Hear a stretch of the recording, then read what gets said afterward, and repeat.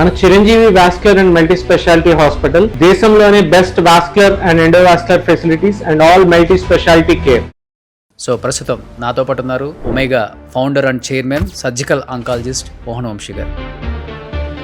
ఇప్పుడు మీరు దాదాపు 40,000 సర్జరీస్ చేశారు. 33+ ఇయర్స్. డెఫినెట్గా ఉంటుంది, తెలియని స్ట్రెస్ ఉంటుంది, ప్రెషర్ ఉంటుంది. సర్జరీ అయిపోయింది, 5 days అయిపోయింది, రూమ్ షిఫ్ట్ చేసాం, రేపు ఎల్లుండి డిశ్చార్జ్ చేద్దాం అనుకుంటున్నాం. సడన్లీ వారికి హార్ట్ అటాక్ వచ్చింది. సడన్గా she went into cardiac failure, resuscitate చేయాల్సి వచ్చింది.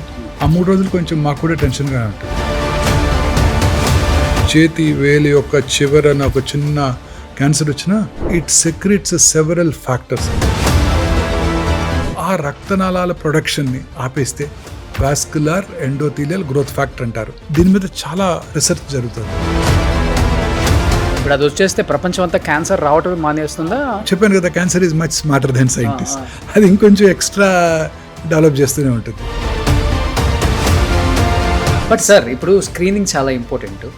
ఏ ఏజ్లో స్క్రీనింగ్ చేయించుకుంటే మంచిది సార్? అది ముందుగానే మనం స్క్రీన్ చేసుకుంటే 2-3 సంవత్సరాల్లో నీకు క్యాన్సర్ వస్తుందని చెప్పగలం. కానీ మీలాంటి డాక్టర్స్ ఎంతమంది మొత్తుకొని చెప్పినా కానీ లైఫ్ స్టైల్ చేంజ్ అయితే అవ్వట్లేదు సార్. ఇదిగో ఇవన్నీ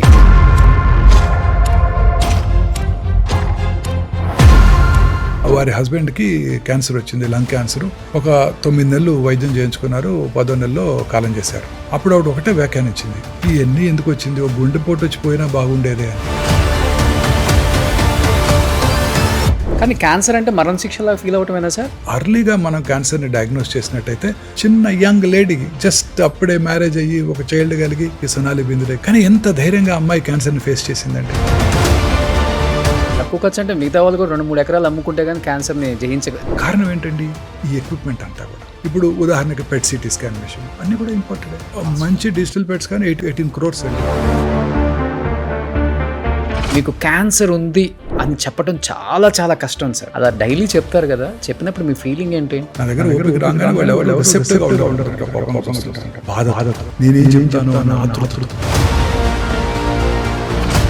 చాలా రోజులుగా ఒక ఫ్రెండ్ నాకు ఒక అమ్మాయి చెప్పింది, ఆమె వీగన్ అయిపోయింది. ఎందుకు అయిపోయావు వీగన్ అన్నాను. బఫెలో మిల్క్, కౌస్, ఆ మెషిన్స్ ఏం చేస్తాయి, పెంటేస్తాయి. వాటితో పాటు బ్లడ్ వస్తుంటుంది. అవన్నీ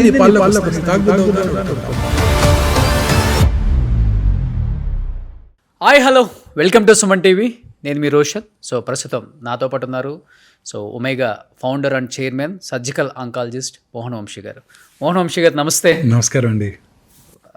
ఎన్ని ఇయర్స్ అయిపోయినా కానీ మీరు మాత్రం అలానే ఉంటారు సార్. చాలా యంగ్గా కనిపిస్తారు.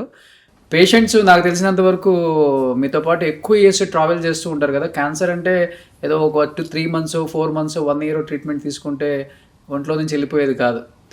సో ఎన్నో ఇయర్స్ మీతో ట్రావెల్ చేసిన వాళ్ళు కూడా బయట కూడా డిస్కస్ చేస్తున్నారు, ఆయన ఏంటి అలానే ఉన్నారు, ఆయన ఏంటి అలానే ఉన్నారు, ఎవరండి అని అడుగుతుంటే అదేనండి మోహన్ వంశీ గారు అని. ఏంటి ఫస్ట్ సీక్రెట్ ఏంటి అసలుకి?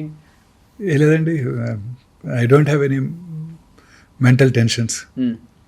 చాలా కంఫర్టబుల్గా పనిచేస్తుంటాను. Okay. I love what I do. Okay. మనకి బర్న్ అవుట్ అవుతామన్న ఇది లేదు. I love what I do. Morning rounds చేయటం, ఓపీ చూడటం, I love that. Okay. I love operating. I love even no I operate 4 to 5 hours a day.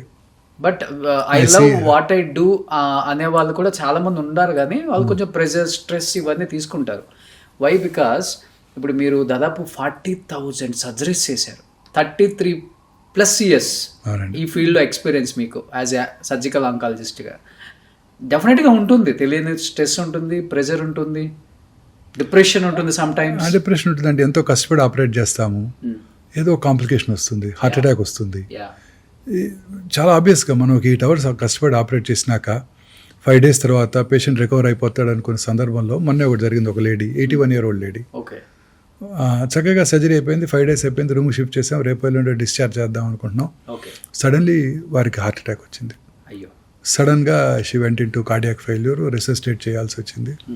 She survived. ఆ 3 రోజులు కొంచెం మాకు కూడా టెన్షన్గా ఉంటుంది. పేషెంట్స్ కూడా ఉంటుంది, వాళ్ళు ఆబ్వియస్లీ వాళ్ళు చాలా టెన్షన్ ఫీల్ అవుతుంటారు. ఎందుకు వచ్చింది డాక్టర్ గారు అంటారు. వాళ్ళకి అర్థం అవుతుంది, మనం we did our best. 8 years we did our best. Surgery చేయాలి, తప్పదు. సర్జరీ చేయకపోతే లైఫ్కే రిస్క్. వాళ్ళు అర్థం చేసుకుంటారు, ముందే చెప్తాం ఇవన్నీ. అయినప్పటికీ సో జనరల్గా ఇలాంటి కొంచెం మానసిక ఆందోళన కలిగించినా మిగతావేమీ నన్ను డిస్టర్బ్ చేయవు. ఓకే. మీరు చెప్పినట్టుగా ఒక డాక్టర్గా మీరు ఒక మాట అన్నారు, 81 year old ఉమెన్కి ఆపరేషన్ అయిపోయిన తర్వాత చిన్న కార్డియాక్ అటాక్, చిన్నది కాదు, నిజంగా చనిపోయి ఉంటే చాలా కష్టం అనిపిస్తుంది. 33 సంవత్సరాల ఎక్స్పీరియన్స్ ఉండి 40,000 సర్జరీలు చేసి ఎన్నో వేల పేషెంట్లు చూసి, అంటే సక్సెస్ ట్రాక్ అనేది ఎంత బాగా డిస్కస్ చేసుకుంటారో ఇది కూడా ఎక్కువ మీకు వస్తుంది మైండ్లోకి, పేషెంట్స్కి రాదు, మాకు రాదు. కానీ చాలా తర్జన పడతాం కదా సార్ మైండ్లో ఒక పేషెంట్ ప్రాణం కోల్పోయినప్పుడు. డెఫినెట్గా అండి, క్యాన్సర్ పేషెంట్స్ డెఫినెట్గా.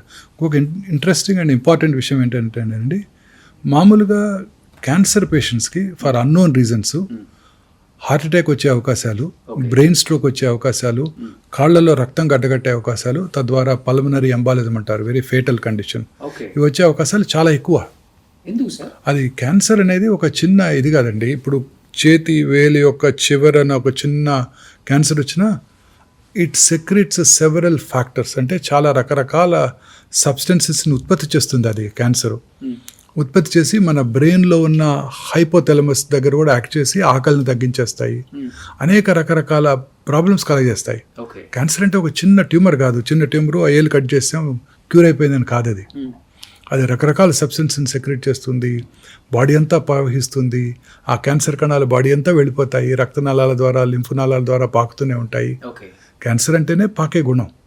క్యాన్సరు అప్రతిహితంగా పెరగటంతో పాటు పాకుతూ ఉంటుంది. క్యాన్సర్కి న్యూట్రిషన్ ఎక్కడి నుంచి వస్తుందో తెలుసా మీకు? మన బాడీలోంచి తీసుకుంటుంది, పేషెంట్ యొక్క బాడీలోంచి న్యూట్రిషన్ తీసుకుంటుంది. పేషెంట్ బాడీలోని న్యూట్రిషన్ తనకి రావాలంటే ఏం కావాలి? రక్తనాళాలు కావాలి, రక్త ప్రసారం కావాలి. సో అదేం చేస్తుంది? రక్తనాళాలని ప్రొడ్యూస్ చేసే పదార్థాలని స్టిమ్యులేట్ చేస్తుంది.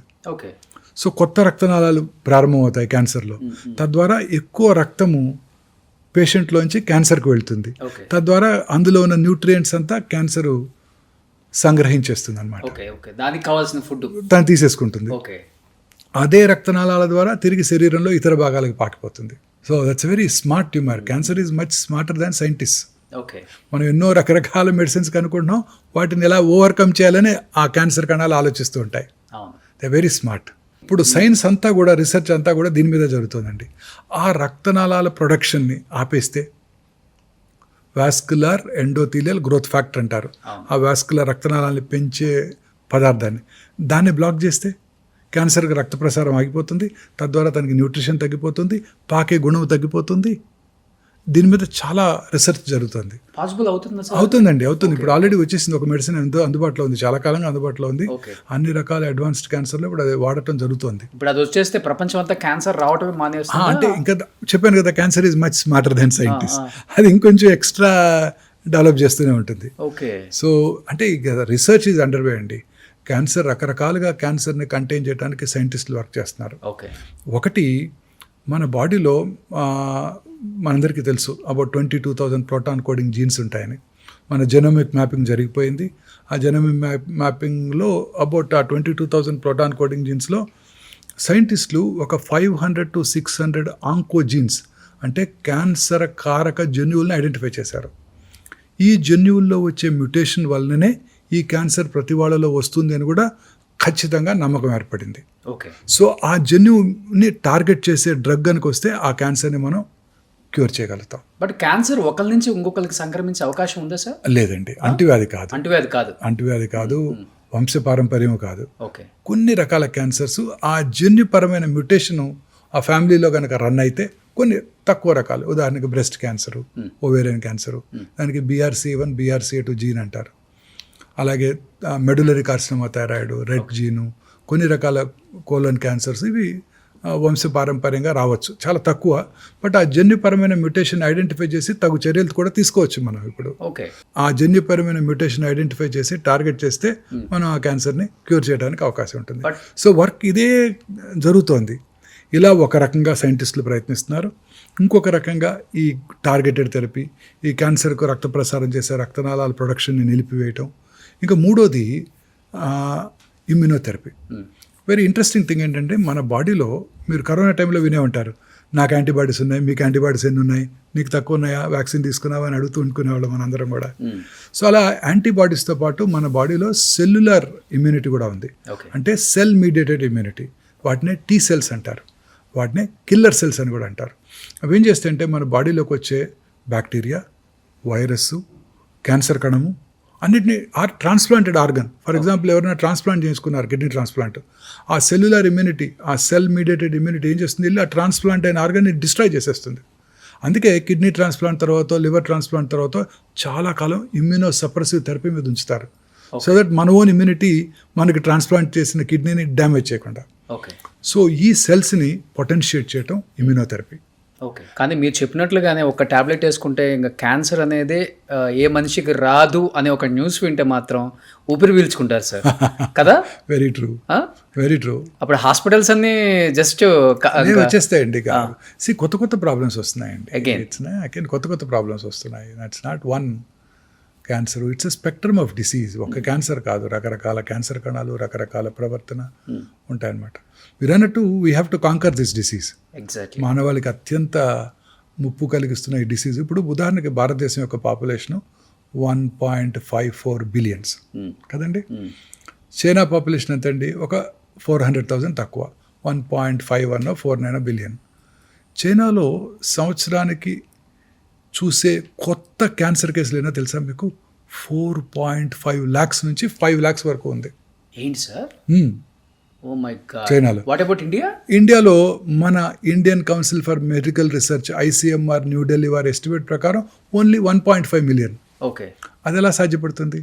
సాధ్యపడదు. మన దేశంలో క్యాన్సర్ ఈజ్ అండర్ రిపోర్టెడ్. అన్ని క్యాన్సర్ కేసుల సంఖ్య మన ప్రభుత్వానికి తెలియజేయబట్టలేదు. మొన్న మధ్యనే తెలంగాణ ప్రభుత్వం వారు క్యాన్సర్ని అందరూ కూడాను ఐడెంటిఫై చేసిన వెంటనే మీరు ఇన్ఫార్మ్ చేయాలి గవర్నమెంట్ కానీ ఒక లెజిస్లేషన్ తీసుకొచ్చారు. చేస్తున్నారు ఇప్పుడు? చేస్తున్నారు. అవేర్నెస్ వచ్చిందా పీపుల్లో? By law we have to do it. Okay.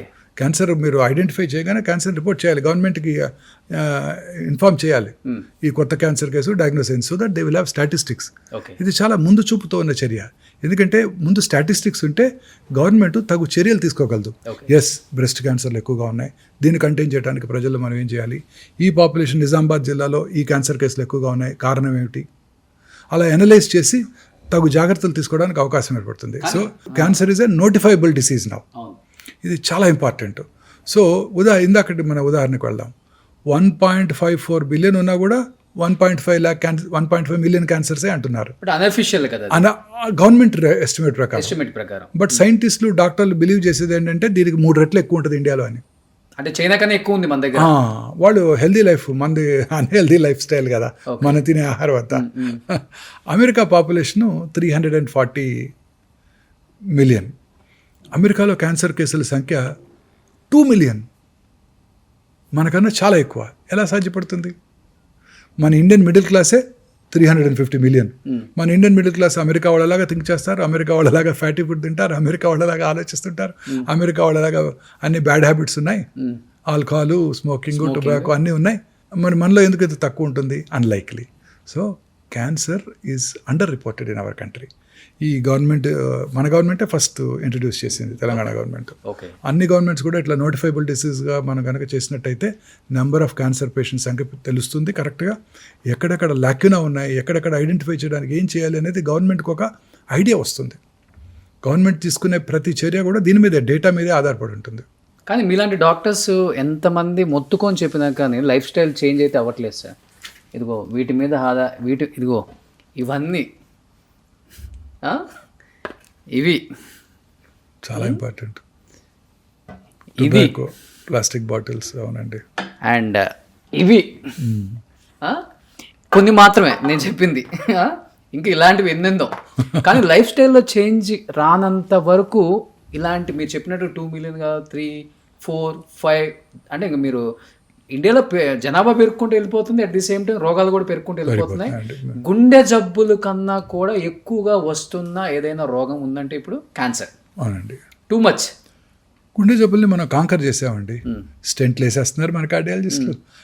ఎక్కువ బ్లాక్స్ ఉన్నట్టయితే మన కార్డియాక్ సర్జన్స్ చక్కగా కర్నరీ బైపాస్ చేసేస్తున్నారు, అందరూ సర్వైవ్ అయిపోతున్నారు. ఇప్పుడు గుండె జబ్బు మీద ఎవరికి వరీ లేదు, గుండె జబ్బు మీద ఎవరికి ఒక వరీ లేదు. క్యాన్సర్తోనే మెయిన్ వరీ అండి. నిన్న ఒక పేషెంట్, నాకు బాగా దగ్గర బంధువు కూడా, వారి హస్బెండ్కి క్యాన్సర్ వచ్చింది, లంగ్ క్యాన్సరు. ఒక 9 నెలలు వైద్యం చేయించుకున్నారు, 10వ నెలలో కాలం చేశారు. అప్పుడు ఆవిడ ఒకటే వ్యాఖ్యానించింది, ఇవన్నీ ఎందుకు వచ్చింది, ఒక గుండెపోటు వచ్చి పోయినా బాగుండేదే అని. 10 నెలలు కష్టపడ్డాము, 10 నెలలు హాస్పిటల్ చుట్టూ తిరిగాము, 10 నెలలు పొడిగించుకున్నామన్న ఆనందం కూడా లేదు. 10 నెలలు కూడా ఏదో ఒక థెరపీ ఇస్తున్నారు, ఆ థెరపీ వల్ల కాంప్లికేషన్స్. ఇది ఒక ఎంటైర్ ఫ్యామిలీకి ఒక మానసిక క్షోభ. పనిచేసే వాళ్ళైతే వాళ్ళ ఉద్యోగం పోతుంది, వాళ్ళ వర్క్ ఉండదు, దాంతోపాటు ఫ్యామిలీ మెంబర్స్ అందరూ కూడా మిగతా వర్క్స్ అన్ని మానుకొని ఈ పేషెంట్కి అటెండ్ అవ్వాల్సి ఉంటుంది. కానీ క్యాన్సర్ అంటే మరణ శిక్షలా ఫీల్ అవటమేనా సార్? ఇంకేమైనా బెటర్ ట్రీట్మెంట్స్ ఉన్నాయా? రకరకాల క్యాన్సర్స్కి ఇప్పుడు కొత్త చికిత్సా విధానాలు అందుబాటులోకి వచ్చాయండి. ముఖ్యంగా అర్లీగా మనం క్యాన్సర్ని డయాగ్నోస్ చేసినట్టయితే ఖచ్చితంగా క్యూర్ చేయవచ్చు. మీరే చూశారు కదా, చాలామంది ప్రముఖులు అర్లీగా డయాగ్నోస్ చేసుకొని క్యూర్ అయ్యారు. కొంతమంది లేట్ స్టేజ్లో కనుక్కొని కూడా చాలామంది ఇంకా కూడా చక్కగా సర్వైవ్ అవుతున్నారు. అవును. సో కొంతమంది స్టార్లు కూడా ఈ మధ్య బయటకు వచ్చినప్పుడు వాళ్ళు ఓపెన్ అయ్యి చెప్తున్నారు, మేము కూడా స్క్రీనింగ్ అప్పుడు ఫస్ట్ స్టేజ్లో ఉన్నప్పుడు అని తెలుసుకుందాం, ట్రీట్మెంట్ తీసుకుందాము. చాలా వెరీ ఇంట్రెస్టింగ్ ఇదండి అది. చిన్న చిన్న పిల్లలు వాళ్ళంతా. అవును. ఎంత ఉంటుందండి వయసు అమ్మాయికి, సొనాలి బింద్రేకి? When she was diagnose hardly 35. చిన్న యంగ్ లేడీ, జస్ట్ అప్పుడే మ్యారేజ్ అయ్యి ఒక చైల్డ్ కలిగి, కానీ ఎంత ధైర్యంగా అమ్మాయి క్యాన్సర్ని ఫేస్ చేసిందండి. అవును. 2 చేతులైతే నమస్కారం పెట్టాలనిపిస్తుంది. ఆమె ఇప్పటికీ కూడా క్యాన్సర్ని క్యూర్ అయ్యి చక్కగా టీవీ ముందు కూర్చొని మనందరినీ ఎంటర్టైన్ చేస్తున్నారు. ఎంత ధైర్యం ఉండాలండి. ఆమె కాదు, మనీషా కొయిరాలా, చాలామంది మన సామాన్య ప్రజలే క్యాన్సర్ వచ్చింది, నాకు జుట్టు ఊడిపోద్దా, మా పక్కింటాలో తెలుస్తుంది, మా ఎదురింటాలో తెలుస్తుంది, మా అబ్బాయికి తెలుస్తుంది, మా అబ్బాయి అమెరికాలో ఉన్నాడు, వాడు బాధపడతాడు, ఇట్లా రకరకాలుగా ఫీల్ అవుతుంటారు. బట్ ఎంత పర్సెంటేజ్ ఆఫ్ రేషియో ఉంది సార్? అంటే మీరు అన్నారు కదా, ఒక సోనాలి బింద్రే గారిని, ఒక మనీషా కొయిరాలా గారిని ఎగ్జాంపుల్గా తీసుకున్నారు. డెఫినెట్గా అంటే వాళ్ళు ఎన్ని కోట్లైనా కానీ మేము భరిస్తాం, ప్రాబ్లం ఏం లేదు. అవసరమైతే ఇప్పుడు ఏమైందంటే సార్, ఇంతకు ముందు క్యాన్సర్ వచ్చింది అంటే బెటర్ ట్రీట్మెంట్ కోసం విదేశాలకు వెళ్ళిపోయేవాళ్ళు. ఇప్పుడు అలాంటి విదేశాల్లో దొరికే ట్రీట్మెంట్ మన ఇండియాలో, మన హైదరాబాద్లో కూడా ఉంది కదా. అవునండి, హైదరాబాద్లో అందుబాటులో ఉంది, మన కరీంనగర్లో అందుబాటులో ఉంది, గుడివాడలో కూడా అందుబాటులో ఉంది. ఇప్పుడు అన్ని రకాల మందులు భారతదేశంలో మనకి అన్ని చక్కగా అన్ని అందుబాటులో ఉన్నాయి. ఓకే. అన్ని కొన్ని రకాల మెడిసిన్స్, ఉదాహరణకి పేటెంటెడ్ మాలిక్యూల్స్, అంటే ఈ మధ్య కనుగొనబడినవి. మన గవర్నమెంట్, ఇండియన్ యూనియన్, మనం we are signatory to the GATT treaty. అంటే ఏంటంటే international intellectual property rights. So ఒక మెడిసిన్ కొత్తగా కనుగొనబడింది అనుకోండి, అది మన దేశంలో తయారు చేయలేము 10 ఏళ్ల పాటో 15 ఏళ్ల పాటో, వాళ్ళ పేటెంట్ లాస్ ఉన్నంత వరకు. సో అప్పటి వరకు ఆ మెడిసిన్ కొంచెం ఎక్స్పెన్సివ్గా ఉంటుంది. ఎందుకంటే వాళ్ళు ఇన్నోవేటర్ మాలిక్యూల్ వాళ్ళు యూకే నుంచో, యూఎస్ నుంచో, స్విట్జర్లాండ్ నుంచో ఇంపోర్ట్ చేసుకొని మన దేశంలో అమ్ముతుంటారు. సో వాళ్ళ ప్రైస్ని వాళ్ళు పెట్టుకోగలరు, ఎందుకంటే they spend a lot of money, huge money, billions of dollars and research చేసి, క్లినికల్ ట్రయల్స్ చేసి ఆ మందు మన దగ్గరికి తీసుకొచ్చి అది యూస్ఫుల్గా ఉండేటట్టు చేయడానికి కొన్ని వందల కోట్ల రూపాయలు ఖర్చు పెట్టారు. సో అందుకని పేటెంట్ లాస్ అని ఉన్నాయి. ఆ పేటెంట్ లాస్ ఎక్స్పైర్ అయ్యే వరకు ఆ మెడిసిన్ మనం తయారు చేయకూడదు. అప్పటి వరకు ఆ మెడిసిన్ కొంచెం ఎక్స్పెన్సివ్గా ఉంటుంది ఇండియాలో. కానీ భరించలేనంత ఖర్చు కదా సార్ కాన్సెప్ట్ ట్రీట్మెంట్కి.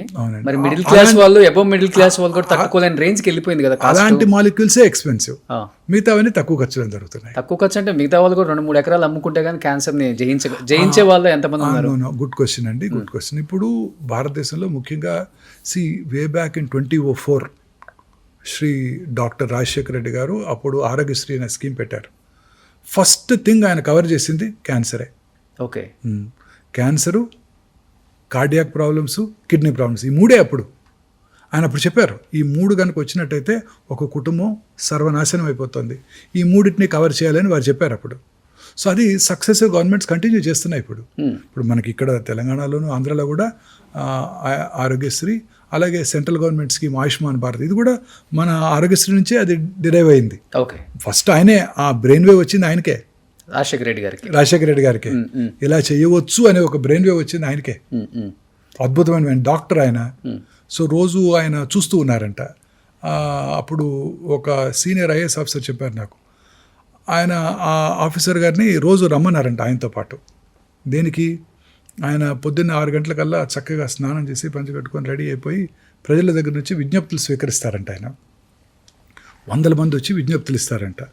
ఒక ఐఏఎస్ ఆఫీసర్ గారిని కూడా రమ్మన్నారంట, ఆయన కూడా వచ్చారంట. 6 రోజులు ఆయనతో పాటు వచ్చి విజ్ఞప్తులు స్వీకరించేదాకా ఆయనతో ఉండి ఆయన ఇంట్లోకి వెళ్ళిపోయేవారు, ఈయన ఆఫీస్కి వెళ్ళిపోయేవారు. 6వ రోజు ఆయన అడిగారంట, ఎందుకు నన్ను పిలుస్తున్నారు మీరని.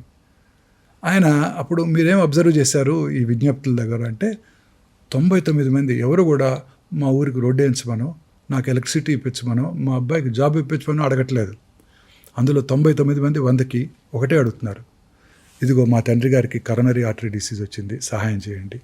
ఇదిగో మా అక్కగారికి క్యాన్సర్ వచ్చింది సహాయం చేయండి, కిడ్నీ ఫెయిల్యూర్ అయింది సహాయం చేయండి. ఇవే కారణాలు, ఈ మూడే. ఓకే. ఈ మూడింటిని మనం అడ్రస్ చేసామంటే మన చరిత్రలో నిలిచిపోతామని చెప్పాడంట ఆయన. ఓకే. ఈ కుడ్ అడ్రస్ దట్. అది స్కీమ్. ఆ రోజుల్లో మన state government budget, combined state government budget 40,000 కోట్లు ఉన్నప్పుడు ఆయన 3,000 కోట్లు దీన్ని కేటాయించారు. అవును. కేటాయించి అందరికీ కూడా ఈ స్కీమ్ అందుబాటులోకి వచ్చారు. ఇదే స్ఫూర్తిగా తీసుకొని భారతదేశంలో అన్ని రాష్ట్రాలు, ఇప్పుడు యూనియన్ గవర్నమెంట్ కూడా ఓకే, ఆయుష్మాన్ భారత్ని పెట్టారు. బట్ మీలాంటి ప్రముఖులను పిలిచి మాట్లాడటం జరిగిందా సార్? వన్స్ అలాంటి స్కీమ్ లో అందరితో మాట్లాడారు ఆయన, అందరితో మాట్లాడారు. ఓకే. అందరితో మాట్లాడారు. అంటే ఆయన మాట్లాడలేరు, ఆయన పెద్ద ఆయన. ఆ గవర్నమెంట్ డిపార్ట్మెంట్ హెల్త్ సెక్రటరీ గారు అందరినీ పిలిచి మాట్లాడారు. అన్ని హాస్పిటల్ ఆయన పర్సనల్గా వెళ్ళి కలిసి మాట్లాడారు. కానీ మీ స్పెషాలిటీ సర్జికల్ ఆంకాలజీ, కానీ తప్పదు, ప్రతి ఒక్కళ్ళు వచ్చిన వాళ్ళకి మీకు క్యాన్సర్ ఉంది అని చెప్పడం చాలా చాలా కష్టం సార్. ఒక మనిషికి ఎంత కష్టం అంటే అది ఇంకా భరించలేం. అతనే బరస్ట్ అయిపోతాడు, ఫ్యామిలీ మొత్తం బయట కూర్చొని బరస్ట్ అయిపోతాడు. రైట్. అలా డైలీ చెప్తారు కదా, చెప్పినప్పుడు మీ ఫీలింగ్ ఏంటి? జనరల్గా ఇప్పుడు ఏంటంటే ప్రజల్లో చాలా అవగాహన వచ్చేసింది. నా దగ్గరకు రాకముందే వాళ్ళు జనరల్ ఫిజిషియన్ దగ్గరకో, వారి సొంత ఫ్యామిలీ ఫిజిషియన్ దగ్గరకో వెళ్తున్నారు. అక్కడ డయాగ్నోస్ చేయబడుతుంది, వాళ్ళు దాంతోనే నా దగ్గరకు వస్తారు. ఓకే, మీరు అనేది చాలా కరెక్ట్. నా దగ్గర ఓపిక రాగానే వాళ్ళు ఎవరు రిసెప్టివ్గా ఉండరు, అందరూ ఇట్లా కోపంగా చూస్తుంటారు, బాధతో, నేనేం చెప్తాను అన్న ఆతృతతో, ఆవేదంతో. I can understand them. నా స్టాఫ్కి అంతా అదే చెప్తాను. మనం ట్రీట్ చేసే patients are separately entirely different group. Okay. ఒక అమ్మాయి డెలివరీకి వచ్చింది అనుకోండి, సెలబ్రేషన్ అది వాళ్ళకి, చక్కగా మాట్లాడుతుంటారు, స్టాఫ్తో స్వీట్స్ పంచిపెట్టుకుంటుంటారు. ఇది అలా కాదు. ప్రతి వాళ్ళు ఎంతో డిప్రెషన్తో లోనవుతుంటారు, 2 రకాలుగా. ఒకటి, ఫస్ట్ సొంత వాడిని కోల్పోతున్నారు, కోల్పోతామేమోనన్న భయం. రెండోది, ఆర్థికంగా మీరు అన్నట్టు డ్రైన్ అవుట్ అయిపోతారు పూర్తిగా. Cancer treatment is prohibitively expensive. కారణం ఏంటండి? ఈ ఎక్విప్మెంట్ అంతా కూడా. ఇప్పుడు ఉదాహరణకి పెట్ సిటీ స్కాన్ మెషిన్ అన్నీ కూడా ఇంపోర్టెడే. ఇంపోర్ట్ చేసుకుని మనం కొన్నప్పుడు 27% కస్టమ్సే కట్టాలి. మొన్నటి వరకు 37%, ఈ మధ్య తగ్గించారు. ఎంత ఉంటుంది సార్ ఒక పెట్ స్కాన్? మంచి డిజిటల్ పెట్ స్కాన్ 18 crores అండి. 18 crores. అవునండి. పెట్ ఎంఆర్ఐ ఇంకో కొత్త పరికరం అందుబాటులోకి వచ్చింది. PET MRI with PET, $5 million. Radiation చికిత్సా పరికరాలు anything anywhere between $2 to $5 million. అన్నిటికీ మళ్ళీ మన గవర్నమెంట్కి మనం కస్టమ్స్ కట్టాలి. ఇండియాలో తయారయ్యే వాటికి, ఇండియాలో తయారవుతున్నట్టయితే వాటిని కొనకుండా మీరు ఇంపోర్ట్ చేసుకుంటే కస్టమ్స్ కట్టమంటాం న్యాయం. ఇండియాలో తయారవ్వకపోయినా ఇంపోర్ట్ చేసుకుంటే వాటి కూడా కస్టమ్స్ కట్టమంటాం అంత న్యాయం కాదేమో. సో ఇవన్నీ కూడా ఎక్స్పెన్సివ్ అండి. Medicines are expensive, supportive care is expensive. ఎందుకంటే లోపలికి వస్తుంటే సార్ ఒక జనరల్ హాస్పిటల్ ఉన్నట్టు ఉంది మీ హాస్పిటల్ కూడా. అన్ని హాస్పిటల్స్ అలానే ఉన్నాయి. ఆంకాలజీ డిపార్ట్మెంట్ లేదండి, మాది కాదు. మీరు ఏ హాస్పిటల్ కానీ వెళ్ళండి, ఢిల్లీలో కానీ, బాంబేలో కానీ, హైదరాబాద్లో కానీ, అన్నీ అలానే ఉన్నాయి. క్యాన్సర్ హాస్పిటల్స్ అన్నీ అలానే ఉంటాయి, అన్నీ అలానే ఉంటాయి. మీకు చిన్న ఇంట్రెస్టింగ్ థింగ్ చెప్తాను. నేను ఇండో అమెరికన్ క్యాన్సర్ హాస్పిటల్, ఇప్పుడు బసవతారక హాస్పిటల్, అప్పుడు నేను జాయిన్ అయిన రోజు అక్కడ జాయిన్ అయ్యాను 2002లో, అంటే కరెక్ట్గా 24 సంవత్సరాల క్రితం. అదొక్కటే ప్రైవేట్ క్యాన్సర్ హాస్పిటల్ ఆ రోజు. ఓకే. అంటే 2 decades బ్యాక్. 45 మందే పేషెంట్స్ రేడియోథెరపీ కౌచ్ మీద. హార్డ్లీ ఇన్ పేషెంట్స్ ఒక 12-13. మొత్తం హైదరాబాద్ సిటీకి అదొక్కటే లైనర్ యాక్సిలరేటర్. ఓకే. అంటే అడ్వాన్స్డ్ రేడియేషన్ చికిత్సా పరికరం అదొక్కటే. ఇప్పుడు 45 ఉన్నాయి. ఏ మెషిన్ మీద ఖాళీ లేదు. 2 దశాబ్దాలలో నా కళ్ళ ముందు వచ్చిన మార్పు ఇది. క్యాన్సర్ ఇన్సిడెంట్స్ ర్యాపిడ్గా పెరిగిపోతుంది. కారణం ఏంటి? ఇదిగో మీరు చూపించినవే. లైఫ్ స్టైల్, తీసుకునే డయటు, లైఫ్ స్టైలు, మానసిక సంఘర్షణ, ఆందోళన, ప్రశాంతత లేకపోవటం. 45 మిషన్లలో ఒక్క మిషన్ కూడా ఖాళీ లేదు ఈరోజు. మార్నింగ్ స్టార్ట్ అయితే మిడ్ నైట్ వరకు. అసలు మిడ్ నైట్ ఏ హాస్పిటల్లోనే ఖాళీ లేదు. అట్లా అయిపోయింది. గవర్నమెంట్ హాస్పిటల్లో ఖాళీ లేదు, ప్రైవేట్ హాస్పిటల్లో ఖాళీ లేదు, ఎక్కడా లేదు, దేశంలో ఎక్కడా లేదు. 70% of Indian districts do not have cancer hospitals. ఒక సౌత్ ఇండియాలోనేనండి క్యాన్సర్ హాస్పిటల్స్ ఎక్కువగా ఉంది, అన్ని చోట్ల ఈవెన్గా ఉంది. మీరు నార్త్కి వెళ్తే ఒక్కటి కూడా లేదు. ఉదాహరణకి మధ్యప్రదేశ్లో మహాకౌశల్ ఏరియా నుండి 18 districts ఒక్కటే క్యాన్సర్ హాస్పిటల్ జబల్పూర్లో. అవును, అన్ని చోట్ల అంతేనండి, చాలా తక్కువ నార్త్ ఇండియాలో. ఇప్పుడిప్పుడే కొత్త క్యాన్సర్ హాస్పిటల్ అక్కడ కూడా గవర్నమెంట్ చూస్తుంది. లాస్ట్ ఇయర్ యూనియన్ గవర్నమెంట్ కూడా మిసెస్ సీతారామన్ గారు వారి బడ్జెట్లో 300 అవుట్ పేషెంట్ క్యాన్సర్ చికిత్సా కేంద్రాలను ఏర్పాటు చేయాలని ప్రతిపాదించారు. ఓకే. స్టేట్ గవర్నమెంట్స్ అన్నీ కూడా మోటివేట్ చేయాలి ఈ క్యాన్సర్ చికిత్సా కేంద్రాలను ఏర్పాటు చేయడానికని. సో బేసిక్గా రెగ్యులర్ లైఫ్ స్టైల్లో ఎలాంటి చేంజెస్ ఉంటే దీన్ని అసలు మనం అరికట్టచ్చు సార్? సార్ నా ఉద్దేశంలో మోస్ట్ ఇంపార్టెంట్ మనం తీసుకునే ఆహారం, ఓకే, మనం ఎక్స్పోజ్ అయ్యే ఎన్విరాన్మెంట్. ఓకే, ఉదాహరణకు మీరు అన్నారే గ్రామీణ ప్రాంతాల్లో మన ప్రజలు ఎలాంటి లైఫ్ స్టైల్ ఉంచుకోవాలి, అర్బన్ ఏరియాలో ఎలా ఉండాలి అనేది. గ్రామీణ ప్రాంతాల్లో ఇప్పటికీ కూడా క్యాన్సర్ ఇన్సిడెన్స్ చాలా తక్కువగా ఉందండి. అర్బన్ ఏరియాస్తో పోల్చినట్టయితే మన భారతదేశంలోని గ్రామీణ ప్రాంతాల్లో కొత్త క్యాన్సర్ కేసుల సంఖ్య పెద్దగా పెరగలేదు. అర్బన్ ఏరియాస్లో మాత్రం ర్యాపిడ్గా పెరిగిపోయింది. అంటే ఈ అర్బనైజేషన్ అనేది ఒక ముఖ్యమైన లైఫ్ స్టైల్ చేంజ్. మనం తీసుకునే ఆహారం, processed foods, red meat, frozen meat. మీరు చూస్తున్నారు కదా రోజు FSSAI ఏదో అంటారు, వాళ్ళు సర్వే చేస్తే అన్ని చోట్ల కూడా కల్తీ కలిగినవే ఉంటున్నాయి. రకరకాల క్రిమిసంహారక మందులు వాడుతున్నారు, రకరకాల ఫెర్టిలైజర్స్ వాడుతున్నారు, రకరకాల కలర్స్ వాడుతున్నారు. మీరు ఇప్పుడు ఆ చికెన్ మంచూరియా అన్నింటినీ కర్ణాటకలో బ్యాన్ చేశారు. అవునండి, బ్యాన్ చేశారు. మనం వాడే ఆఖరికి మనం తినే పీచు మిఠాయికి వేసే రంగుతో సహా, చిన్నప్పుడు తిన్నారు కదా స్కూల్ దగ్గర పీచు మిఠాయి, ఆ పీచు మిఠాయికి వేసే రంగుతో సహా అనేక రకరకాల ఆహార పదార్థాలని మనం ఇప్పుడు ఉదాహరణకి మన మ్యాంగోస్ని ప్రపంచంలో ఎవరు తీసుకోవట్లా. మన మ్యాంగోసే 70% రకరకాల మ్యాంగో పేర్లున్నా మీరు ఒక్కటి తెలుసుకోవాల్సింది ఏంటంటే 70% ఆఫ్ ఎక్స్పోర్ట్ చేసే మ్యాంగోస్ ఓన్లీ ఆంధ్రప్రదేశ్ నుంచే జరుగుతుంది ఇప్పటికీ కూడా. మహారాష్ట్రలో అల్ఫోన్సా ఏవో పేర్లు ఉన్నాయి, ఉత్తరప్రదేశ్లో అవన్నీ తక్కువ, ప్రొడక్షన్ మనకే ఎక్కువ, తెలుగు రాష్ట్రాల్లోనే ఎక్కువ, అందులో ఆంధ్రప్రదేశ్లో ఎక్కువ. ఉలవపాడు మంచి ఫేమస్, అన్నీ ఉలవపాడు, నూజివీడు అన్నీ ఫేమసే. బట్ ఈ సంవత్సరం జపాన్ తీసుకోలేదు, ఆఖరికి నేపాల్ కూడా మన మ్యాంగోస్ని ఇంపోర్ట్ చేసుకోవడానికి ఒప్పుకోలేదు. ఎందుకంటే మన దగ్గర క్యాన్సర్ ఎక్కువ, క్రిమిసంహారక మందులు, ఫెర్టిలైజర్స్ వాడుతున్నారు, రకరకాల పొల్యూషన్ ఫెర్టిలైజర్స్ అన్నీ వీటి వల్ల తీసుకోవట్లేదు. అలా ఇండస్ట్రియల్ పొల్యూషను, మనం వాడే oils, repeated use of oils. మా హాస్పిటల్ ముందే మిర్చి బజ్జీ బండి ఉంటుంది, పొద్దున ఆయిల్ పోస్తాడు, అదే ఆయిల్లో ఫ్రై చేస్తుంటాడు రిపీటెడ్గా, మిగిలిపోయిన ఆయిల్ మళ్ళీ రేపొద్దున క్యాన్సర్ హాస్పిటల్ ముందు. ఓకే, ఎంతో ఆనందంగా మనం తింటుంటాం చోలే భటూరాలు, బజ్జీలు, ఇవన్నీ రిపీటెడ్ ఆయిల్స్. ఇవన్నీ కూడా చాలా ప్రమాదకరం అండి. అంటే once in a month, once in a 2 months 3 months అలా ఓకేనా సార్? లేకపోతే రెగ్యులర్గా తినే వాళ్ళకి ఎక్కువ ఇలాంటి అది కూడా ఇంట్లో వేసుకొని తినడం బెటరు. ఓకే, ఇవన్నీ కూడా ప్రమాదకరమేనండి. ఓకే, అనేక రకాలుగా మనం ప్రమాదాలు గురవుతున్నాం. మీరు అన్నట్టు water bottle, plastics, micro plastics, లేని పదార్థమే లేదు, ఆ లిడ్లోంచి వెళ్ళిపోతుంటాయి. అన్ని రకాలుగాను మనం ఈ క్యాన్సర్ కారక పదార్థాలు, కార్సినోజన్స్కి ఎక్స్పోజ్ అవుతున్నాం అర్బన్ ఏరియాస్లో. దానికి తోడు ఈ మానసిక ఆందోళన, దానివల్ల కూడా క్యాన్సర్ 100%. నేను నమ్మేది అదే ముఖ్యమైన కారణం. ఏంటో చూసిన పేషెంట్స్ ఉన్నారా? డెఫినెట్గా ఎక్కువ హై సొసైటీ వాళ్ళు కూడా వస్తారు. నేను చాలా క్లియర్గా ఒక చిన్న ఎక్స్ప్లెనేషన్ చెప్తాను వినండి. మన బాడీలో ఇందాక అనుకున్నాం మనం T సెల్స్ ఉంటాయి, అవును, కిల్లర్ సెల్స్. అవి మన బాడీలోకి వచ్చే ప్రతి ఫారిన్ బాడీని డిస్ట్రాయ్ చేసేస్తాయి. అది క్యాన్సర్ కానివ్వండి, వైరస్ కానివ్వండి, బ్యాక్టీరియా కానివ్వండి, ఏదైనా కానివ్వండి. ఆ T సెల్ ఇమ్యూనిటీ మన దీని మీద, మానసిక ఆందోళన మీద ఆధారపడి ఉంటుంది. మనం మానసికంగా ఎక్కువ ఆందోళన పడితే మన T సెల్స్ సరిగా పనిచేయవు, మన ఇమ్యూనిటీ తగ్గిపోతుంది. మన బాడీలో రకరకాల చేంజెస్, మ్యూటేషన్స్ జరుగుతుంటాయి మన జీన్స్లో.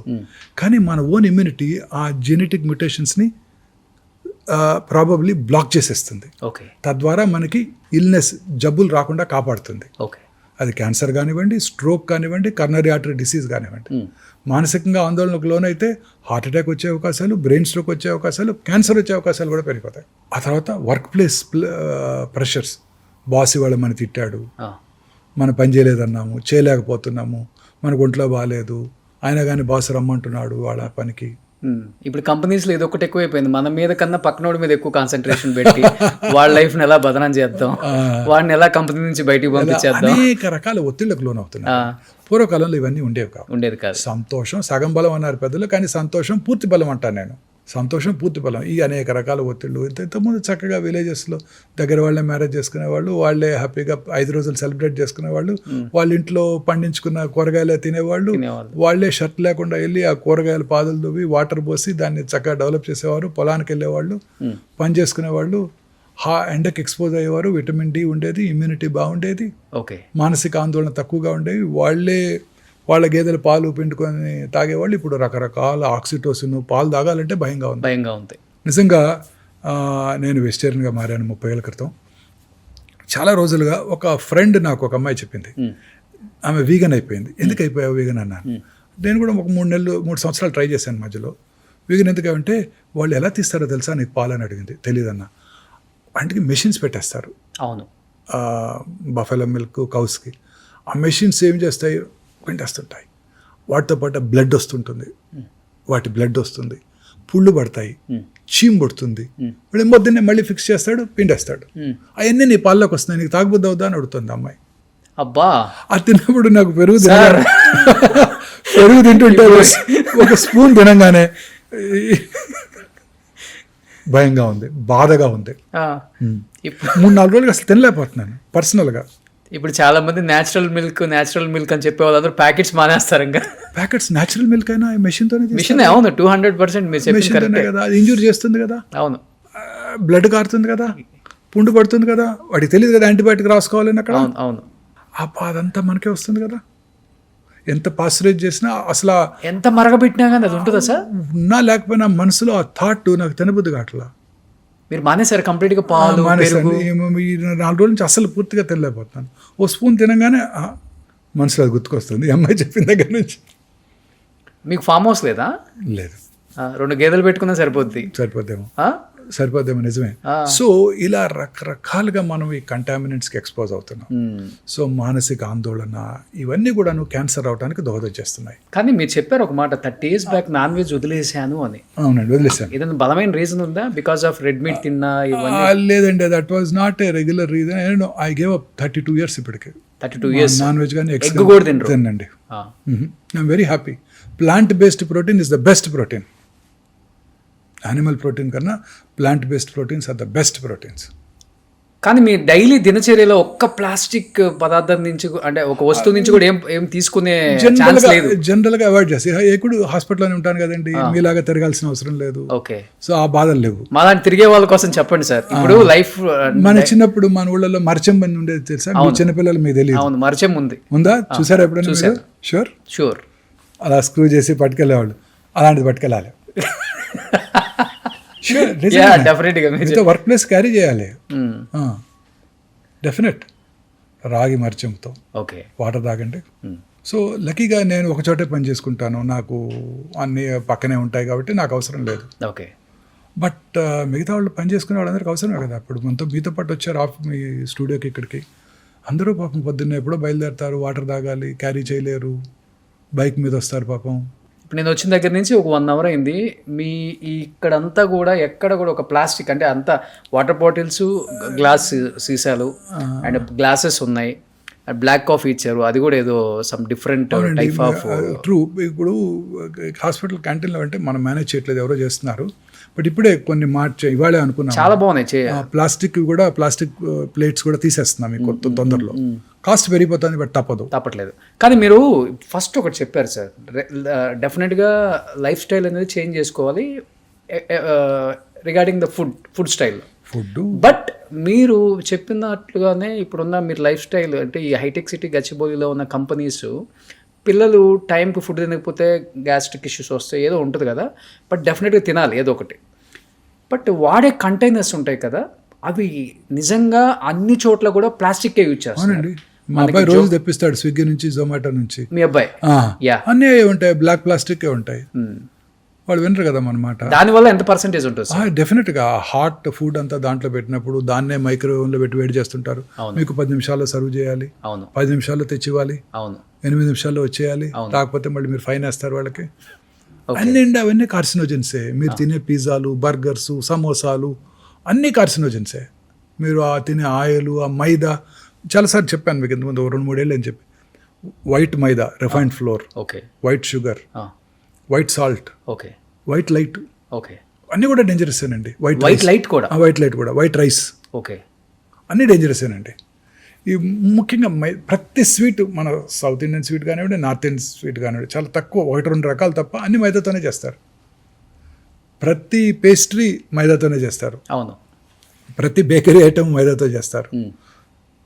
ఆ బిస్కెట్స్ అండి, మీరు తినే కరాచీ బిస్కెట్స్ కానివ్వండి, చాలా హై హీట్లో దాన్ని వేడి చేసి ప్యూర్ షుగర్ మనకు వచ్చేస్తుంది. అవి డేంజరస్. ప్యూర్ రోగం మన ఒంట్లో పంపించేస్తున్నారు కార్సినోజన్స్ అన్నిటిని. కానీ ఇప్పుడు వాటర్ విలేజెస్ లో ఇవన్నీ లేవు లక్కీగా. అవును. ఈ పేస్ట్రీలు, పిజ్జాలు, బర్గర్లు ఇవన్నీ లేవు, వాళ్ళ అదృష్టవంతులు. సో ఇప్పుడు వాటర్ బాటిల్స్ కార్లో పెడతాం కదా సార్, కారు ఒక 1 hour బయట ఎండకుంటుంది, మనం లోపలికి వచ్చి షూట్ చేస్తున్నాం అంటే లేకపోతే ఆఫీస్కి వెళ్ళి వస్తున్నాం, షూర్ ఆ 1 hour లో ఆ వాటర్ అనేది కొంచెం ఆ బాటిల్లో వేడి ఉండొచ్చు, వేడి ఉంటుంది. లేకపోతే ఇంటికి ప్లాస్టిక్ వచ్చే మెల్ట్ అయ్యి నానో పార్టికల్స్ వాటర్ లోకి వస్తాయి. వాటర్ చక్కగా మనం ఇంజెస్ట్ చేస్తున్నాం. ప్రతి డాక్టర్ ఇక మీ ఫ్యూచర్లో 2 వర్డ్స్ వాడబోతారండి. ఒకటి ఇన్ఫ్లమేషన్, దానికి తెలుగు వర్డ్ కరెక్ట్గా లేదు, దానికి తెలుగే మనమే చేసి వాపు అంటున్నాం, కానీ దానికి తెలుగు వర్డ్ కరెక్ట్గా లేదు. రెండోది గట్ మైక్రోబియం, అంటే మన పేగుల్లో ఉండే బ్యాక్టీరియా. ఓకే, మన పేగుల్లో ఉండే బ్యాక్టీరియా కనుక సక్రమంగా ఉన్నట్టయితే మనకి అన్ని రకాల జబ్బులు వచ్చే అవకాశాలు తగ్గిపోతాయి. బ్రెయిన్ స్ట్రోక్ రాదు, కర్నరీ ఆర్టరీ డిసీజ్ రాదు, ఆర్థరైటిస్ రాదు, రొమటాయిడ్ ప్రాబ్లమ్స్ రావు, క్యాన్సర్ కూడా రాదు. ఓకే, అంతటికి ఇదే కారణం, మన తినేదే కారణం. రోజు ఇప్పుడు చాలామంది ఎంఫసైజ్ చేస్తున్నారు ఫెర్మెంటెడ్ ఫుడ్స్. మన పురాణం, మన పాతకాలంలో మన పెద్దలంతా ఏం తినేవారు? Fermented foods. సమ్మర్ వచ్చిందంటే మా చిన్నప్పుడు మా అమ్మగారు కూడా రాత్రిపూట అన్నం తోడేసి పాలలో పొద్దున్నే ఉల్లిపాయ పెట్టి తినమనేవారు బ్రేక్ఫాస్ట్. నేను హైదరాబాద్ వచ్చిన కొత్తలో ఎర్లీ మార్నింగ్ సర్జరీలు చేసేవాడిని. పొద్దున్న 5 గంటలకు ఏదో ఒక నర్సింగ్ హోమ్కి వెళ్ళి సర్జరీ చేసేవాడిని. రాత్రిపూట అన్నం తోడేసుకొని పొద్దున్నే దాన్ని క్యారీ చేసుకుని వెళ్ళిపోయేవాడిని. సర్జరీ అయ్యాక 7:30, 8ంటికి సర్జరీ అయ్యాక తినేసేసి 8ంటికి మన వర్క్ ప్లేస్కి వెళ్ళిపోయేవాళ్ళం. మళ్ళీ వెనక్కి రాలేం కదా ఇంటికి. హైదరాబాద్లో ఎక్కడ రాగలం? మన పెద్దలు ఏది చేసినా మన మంచి కోసమే చేశారు. గాయత్రి మంత్రం చదవమన్నారు పొద్దున్నే సూర్యుని చూస్తూ. ఎందుకు? అలా అన్న ఎక్స్పోజ్ అవుతామని. మంత్రం అనేది ఏది కాదు, అందులో మంత్రం అంతా కూడా ఇదే ఉంటుంది. ఆ మంత్రం యొక్క అర్థం కూడా అదే. బట్ బాడీ ఇచ్చే సిగ్నల్ ఏంటి సార్? క్యాన్సర్ వచ్చింది నీకు అనే దానికి సిగ్నల్ ఏమిస్తుంది అసలు బాడీ? బేసికలీ వచ్చిన లొకేషన్ బట్టి మారిపోతుంటుంది. ఉదాహరణ, కొన్ని రకాల క్యాన్సర్స్ సిమ్టమ్సే ఉండవు. Let's silent killers, ovarian cancer ఏమి సిమ్టమ్స్ ఉండవు. పొట్టలో పెరుగుతుంటుంది, ఈ సిమ్టమే కలగదు. బాగా ఉబ్బిపోయి వచ్చినాకే డాక్టర్ దగ్గరికి వస్తుంటారు. లావు అవుతున్నాను, కొంతమంది ఎక్సర్సైజ్ కూడా చేస్తుంటారు, పొట్ట పెరుగుతుందని, లోపల క్యాన్సర్ ఉందని తెలియదు. సో చాలాసార్లు ఇది ఎసిమ్టమాటిక్. ఓకే, కానీ మన బాడీలో ఎక్కడైనా మానని పుండు ఉందనుకోండి, నాలుగు మీద కానివ్వండి, ఎక్కడైనా ముక్కులో కానివ్వండి, ఎక్కడైనా కానీ మానని పుండు చిన్నదైనా ఏ పుండు వచ్చినా తగ్గిపోవాలి. కొన్నాళ్ళలో 5-6 రోజుల్లో తగ్గిపోవాలి. తగ్గకుండా అలానే పెరుగుతోంది, నొప్పి లేదు అంటే ప్రమాదకరం. పెరుగుతున్న గడ్డ ఎక్కడైనా కానీ, సాఫ్ట్ టిష్యూ ట్యూమరు, పొట్ట ఇక్కడ కానీ, బ్రెస్ట్లో కానీ, ఎక్కడైనా కానీ పెరుగుతున్న గడ్డ క్రమం తప్పకుండా పెరుగుతోంది. సైజ్ అలానే ఉంటే డేంజర్ కాకపోవచ్చు. ఓకే, ఇప్పుడు నేను ఉన్నాను సార్, అంటే ఫర్ ఎగ్జాంపుల్ ఇప్పుడు నేను లైపోమా అని ఇక్కడ ఒకటి ఉంటాయి, అవి ఉంటాయి హాని లేనిటువంటి. ఓకే, హాని లేని బాడీ అంతా ఉంటాయి. 1-2 ఎక్కడన్నా ఉంటాయి, రావచ్చు. కొంతమందికి చాలా ఉంటాయి, పొట్ట మీద, బ్యాక్, థైస్ వెనకాల కూడా ఉంటుంటాయి. అవి ఏ రకంగా హాని చేయవు. ఆటోజోమల్ డామినెంట్ అంటే మీకు 100 మంది పిల్లలు ఉంటే 50 మందికి వస్తుంది. ఒకళ్ళే ఉంటే రావచ్చు, రాకపోవచ్చు.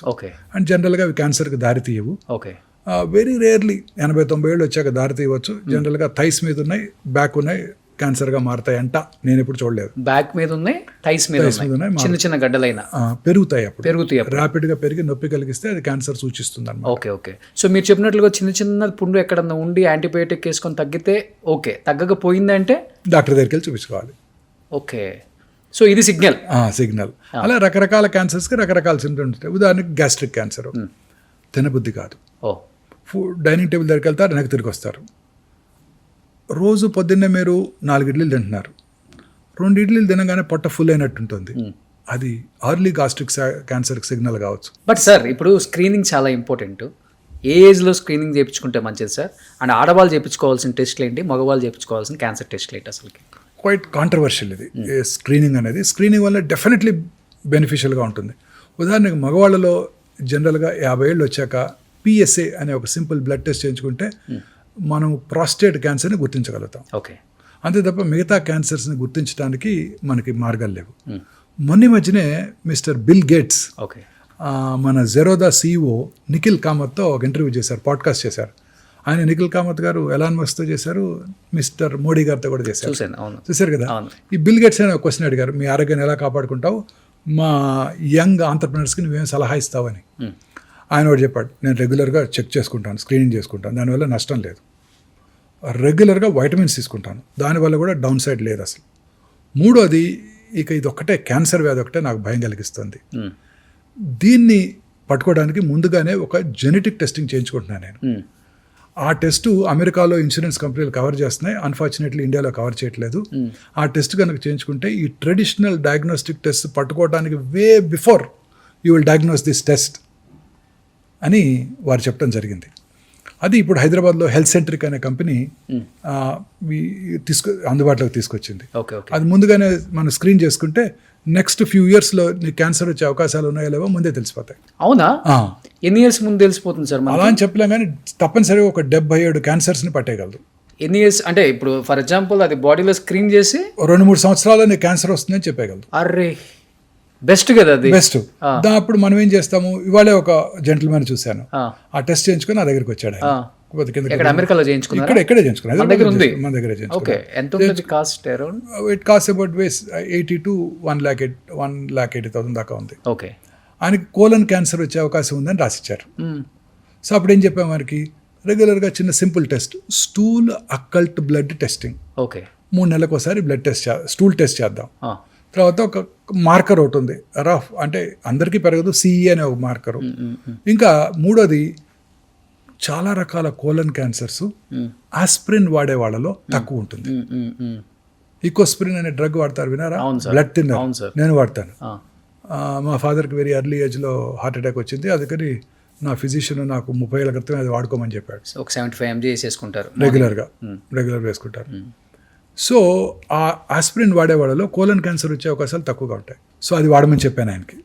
తర్వాత రెగ్యులర్గా ఈ యానిమల్ బేస్డ్ ప్రోటీన్స్, ఫ్యాట్ ఆపేసేయండి పూర్తిగా, నాన్ వెజిటేరియన్ మానేయండి, ప్లాంట్ బేస్డ్ ప్రోటీన్కి మారిపోండి, ఫైబర్ ఎక్కువగా తీసుకోండి, మీ యొక్క మల విసర్జన అలవాట్లో ఏమైనా మార్పులు ఉంటే నా దగ్గరికి రండి అని అన్ని రకాలుగా గైడెన్స్ ఇచ్చి పంపాను ఇవాళ మార్నింగే. ఓకే, 2 సంవత్సరాల తర్వాత మళ్ళీ పరీక్ష చేసుకోవాలి. మేబీ రెగ్యులర్గా చేసుకుంటే క్యాన్సర్ రావడానికి ముందుగా పట్టుకోవచ్చు. ముందుగా పట్టుకుంటే కోలన్ క్యాన్సర్ క్యూర్ అయిపోతుంది. But first stage, second stage అయితే సేఫ్ అన్నా సార్? 100% సేఫ్. 100% సేఫ్. అంటే ఎన్ని ఇయర్స్ ఉంటుంది వాళ్ళకి? అంటే కోలన్ క్యాన్సర్ లో రకరకాలు ఉంటాయి. నార్మల్ లైఫ్ గడిపేస్తారు, regular life. Okay, regular life గడిపేస్తారు. 3 ఏళ్ళకి ఒకసారి కొలనోస్కోపీ చేద్దామని చెప్పాను. ఒకవేళ ఫీకల్ అక్కల్ బ్లడ్ టెస్ట్, అంటే ఫీకల్ మ్యాటర్లో ఏదైనా బ్లడ్ కనుక కనిపించినట్టయితే ముందుగానే చేస్తాం కొలనోస్కోపీ. ఓకే, అలా రకరకాలుగా మనం టెస్టులు చేసుకోవచ్చు. 4th స్టేజ్కి వచ్చి మళ్ళీ ఇప్పుడు regular as usual life style lead చేస్తున్న వాళ్ళు మీ పేషెంట్స్ ఎవరైనా ఉన్నారా? కొన్ని రకాల 4th స్టేజ్ క్యాన్సర్స్ క్యూర్ అయిపోతాయండి. ఉదాహరణకు మీరు విన్న famous person Lance Armstrong, cyclist. అవును sir. Testicular cancer with brain mets. అవును. ఇప్పటికీ బ్రతికే ఉన్నారు. వరల్డ్ సైక్లింగ్ ఛాంపియన్షిప్ 6 సంవత్సరాలు గెలిచాడు ఆయన. అవును. సో రకరకాల క్యాన్సర్స్ కొన్ని లేట్ స్టేజ్లో కూడా బతికేస్తారు, కొన్ని రకాల క్యాన్సర్స్ ఎర్లీ స్టేజ్లో కూడా కష్టంగా ఉంటాయి. ఓకే. సో ఇప్పుడు బట్ చాలా రకాల క్యాన్సర్స్ కూడా 4th స్టేజ్లో కూడా ఈ టార్గెటెడ్ థెరపీస్, ఇమ్యూనోథెరపీస్తో చాలా కాలం బతికేస్తున్నారు. ఓకే. కాకపోతే ఇందాక మనం డిస్కస్ చేసినట్టు they are prohibitively expensive. Targeted therapy కూడా చాలా పెద్ద ప్రాసెస్ చెప్పాలంటే, అందరికి అర్థమయ్యేటట్టు మనం నెక్స్ట్ ఎపిసోడ్లో కూడా మాట్లాడదాం సార్. బట్ ఇప్పుడు చిన్న పిల్లలకు కూడా క్యాన్సర్ ఎక్కువైపోయింది సార్, 1 or 2 years. అలాంటి వాళ్ళని ట్రీట్ చేస్తున్నప్పుడు యాజ్ ఎ డాక్టర్గా పక్కన పెడితే, యాజ్ ఎ ఫాదర్ మీరు కూడా, గ్రాండ్ ఫాదర్, ఏమనిపిస్తుంటుంది? ఏడ్చిన సందర్భాలు ఉన్నాయా మీ లైఫ్లో? అయ్యా, డెఫినెట్లీ అండి. పిల్లలు చూసినప్పుడు డెఫినెట్గా. మిగతా డిసీజెస్కి క్యాన్సర్కి కొంచెం తేడా ఉందండి. మిగతా డిసీజ్ మీరు కోలిసిస్టేట్ మీకు ఆపరేట్ చేస్తే మళ్ళీ మీకు కనపడ్డావు. కర్నరీ బైపాస్ చేసామనుకోండి, ఆ పేషెంట్ మళ్ళీ మీ దగ్గరికి రాడు. ఇంటి దగ్గర ఉన్న కార్డియాలజిస్ట్ చూపించుకుంటూ ఉంటాడు, లేకపోతే తన కార్డియాలజిస్ట్ చూపించుకుంటుంటాడు. మా డిసీజ్ అలా కాదు, మాతో పాటే ఉంటారు, వస్తూనే ఉంటారు. పాపం క్యాన్సర్తో ప్రాబ్లం ఏంటంటే ట్రీట్మెంట్ ప్రొలాంగ్డే, కానీ ట్రీట్మెంట్ కన్నా ఫాలో అప్ మోర్ ఇంపార్టెంట్. ప్రతి పేషెంట్ కూడా రెగ్యులర్గా చెకప్కి రావాలి. ఎందుకు? కొత్త క్యాన్సర్స్ వచ్చే అవకాశాలు ఎక్కువ ఉంటాయి. ఇప్పుడు ఉదాహరణకి ఓరల్ క్యావిటీలో రైట్ సైడ్ చీక్ మీద క్యాన్సర్ వచ్చింది అనుకోండి, అదే ఇండివిజువల్కి లెఫ్ట్ సైడ్ చీక్ మీద వచ్చే అవకాశాలు 5 రెట్లు ఎక్కువ. ఓకే. ఏవైతే కారణాలు ఇక్కడ క్యాన్సర్ కలిగించాయో ఆ కారణాలు ఇక్కడ కూడా పనిచేస్తున్నాయిగా. సో పేషెంట్స్ పాత క్యాన్సర్ తిరిగి రావటం మాట అటుంచండి, కొత్తది రావటాన్ని కూడా పట్టుకోవాలిగా. ఛాన్స్ ఉందా సార్? ఉంటుంది. అదే పేషెంట్కి ఇదే ఉదాహరణ చెప్తాను నేను. మీరు ఏ ఊరి నుంచి వచ్చారని అడుగుతారు. రామగుండం అన్నాడు అనుకోండి, రామగుండం దేని ఫేమస్? బొగ్గు. రామగుండంలో బొగ్గు దొరికితే పక్కనున్న గోదావరి కానీ, మంచిర్యాల, బెల్లంపల్లి, పెద్దపల్లి, రామకృష్ణాపూర్లో కూడా బొగ్గు దొరుకుద్ది. అంతే, ఒక చోట వస్తే ఇక్కడ కూడా వస్తుంటుంది. ఇట్లా చూపిస్తాను. రామగుండంలో బొగ్గు దొరికితే బెల్లంపల్లి, మంచిర్యాల, పెద్దపల్లి, గోదావరి కల్లో కూడా బొగ్గు దొరుకుద్ది. సో ఇక్కడ వచ్చే అవకాశాలు ఉంటాయి. ఎందుకంటే బొగ్గుల మీద కూడా చికెన్ బాగా డీప్ ఫ్రై చేసి తినే వాళ్ళు కూడా ఉన్నారు కదా ఇప్పుడు. అంటే జస్ట్ ఉదాహరణ. ఇంకో ఎక్కడ ఏ ఏరియా లేకపోతే ఇక్కడ మీ ఇంట్లో బోర్ వేస్తే వాటర్ పడింది అనుకో, పక్కింట్లో పడుతుంది, ఆపోజిట్ ఇంట్లో పడుతుంది, ఎదురింట్లో కూడా పడుతుంది, పక్క బజార్లో కూడా పడుతుంది, అంతే కదా ఆ ఏరియా అంతా. సో అందుకని రెగ్యులర్గా చెకప్ రావాలి. So follow up is very important. అందువల్ల మాకు బాగా దగ్గర అవుతారు మా పేషెంట్స్.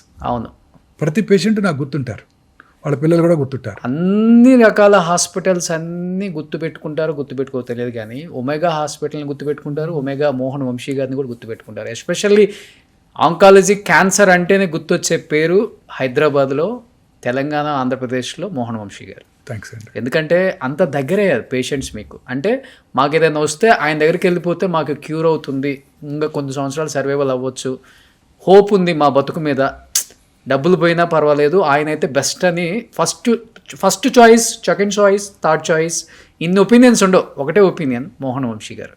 థ్యాంక్స్ అండి. గ్రేట్ కదా అది. ఎంతమందికి వస్తుంది? కొన్ని కోట్లల్లో ఒకరికి మీకు వచ్చింది. బట్ ఎన్నో ప్రాణాలు నిలబెట్టారు, ఎంతోమందిని తెలియక స్టేజ్ దాటిపోయి మీ చేతుల్లో చనిపోయిన పేషెంట్స్ కూడా ఎంతోమంది ఉంటారు. కానీ అత్యంత డేంజర్ క్యాన్సర్ ఏంటి సార్? లాస్ట్ అండ్ ఫైనల్గా చెప్పండి, ఎన్ని రకాల క్యాన్సర్స్ ఉన్నాయి ఓవరాల్గా? అంటే మెయిన్లీ క్యాన్సర్స్ ఆర్ 2 types అండి, కార్సినోమా, సార్కోమా. కార్సినోమాస్ అంటే ఎపిథీలియల్ టిష్యూలో వచ్చేవి, సార్కోమాస్ అంటే సాఫ్ట్ టిష్యూలో వచ్చేవి. ఇవి కాక మూడోది హిమటలాజికల్ అంటే బ్లడ్ క్యాన్సర్స్.